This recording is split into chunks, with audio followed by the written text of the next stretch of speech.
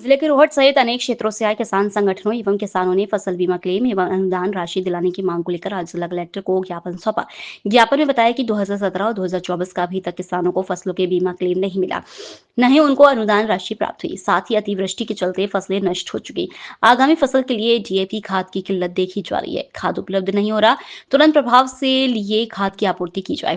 किसानों ने बताया कि अगर प्रशासन द्वारा की मांगों पर ध्यान नहीं दिया गया तो 10 दिनों के बाद जिला मुख्यालय पर अनिश्चितकाल के लिए धरना प्रदर्शन किया जाएगा, जिसकी जवाबदारी प्रशासन की होगी।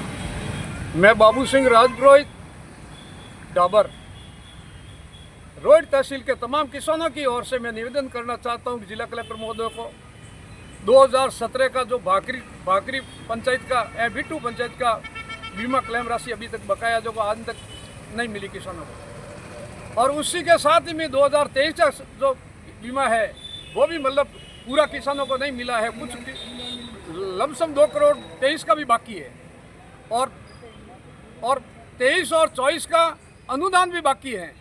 और हाल ही में अतिवृष्टि हुई है, अतिवृष्टि के कारण पूरे जिले के बांध सब लबालब भरे हुए हैं, और सब आजू बाजू जिले के अंदर खाद की व्यवस्था हो रही है। पाली जिले के अंदर आज तक एक भी गाड़ी नहीं लगी है, जो किसानों को बर्बाद करने की स्थिति ऐसी लग रही है कि अगर खाद नहीं मिला किसान बर्बाद हो जाएंगे।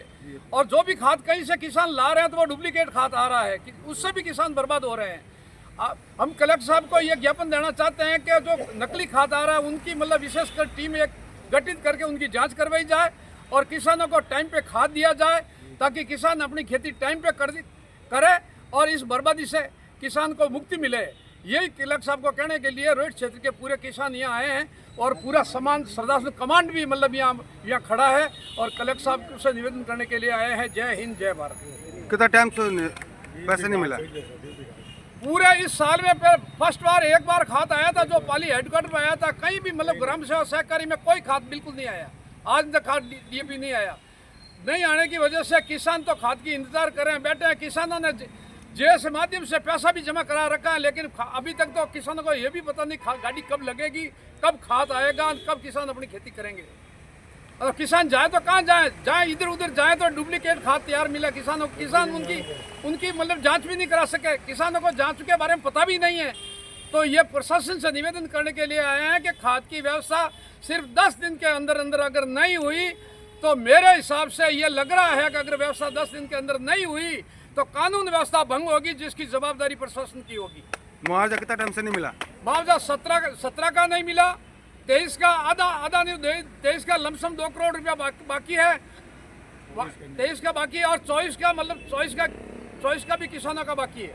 तो आपके क्या मांग है? और अनुदान मतलब 23 का और 24 का बाकी है। तो आप क्या चाहते हो? हम ये चाहते हैं कि हमारे को बीमा संबंध अनुदान पूरा का पूरा मिले, और सिर्फ 10 दिन के अंदर अंदर किसान के खाते में पैसा आ जाए। यह निवेदन करने के लिए आए हैं।